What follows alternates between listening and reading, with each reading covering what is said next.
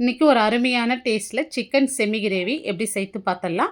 இப்போ அதுக்கு ஃபஸ்ட்டு ஒரு பேன் வச்சுட்டு 1 ஸ்பூன் மிளகு, 1½ ஸ்பூன் தனியா, 1/2 ஸ்பூன் சீரகம், 1/2 ஸ்பூன் சோம்பு, அது கூட ஒரு பட்டை, ஒரு ஸ்டார் அனீஸ், ஒரு ஏலக்காய், ஒரு 2 கிராம்பு சேர்த்துட்டு நல்லா வறுத்து எடுத்துங்க.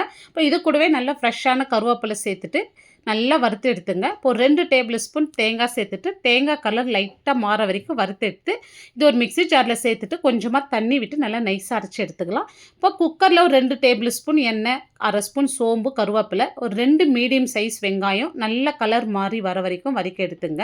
இப்போ இது நல்லா வதங்கி வந்தது. இதோட ஒரு 2 ஸ்பூன் இஞ்சி பூண்டு விழுது, கொஞ்சமாக பொடியாக நறுக்கின கொத்தமல்லி, ஒரு 4 இலை மட்டும் புதினா சேர்த்து நல்லா வதக்கி விடுங்க.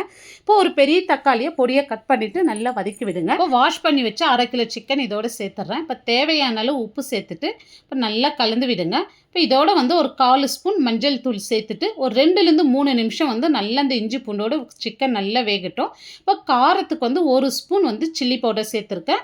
இப்போ இதோட நம்ம அரைச்சி விழுது சேர்த்துட்டு நல்லா கலந்து விட்டுங்க. இப்போ இதில் கொஞ்சமாக தண்ணி சேர்த்து ஒரு 2லேருந்து 3 நிமிஷம் மீடியம் ஃப்ளேம்லேயே நல்லா கொதிக்கிட்டோம். இந்த மாதிரி நல்லா கொதித்த பிறகு பொடியாக நறுக்குன கொத்தமல்லி சேர்த்துட்டு இப்போ குக்கர் மூடி போட்டு ஒரு விசில் மட்டும் விட்டு எடுத்துக்கலாம்.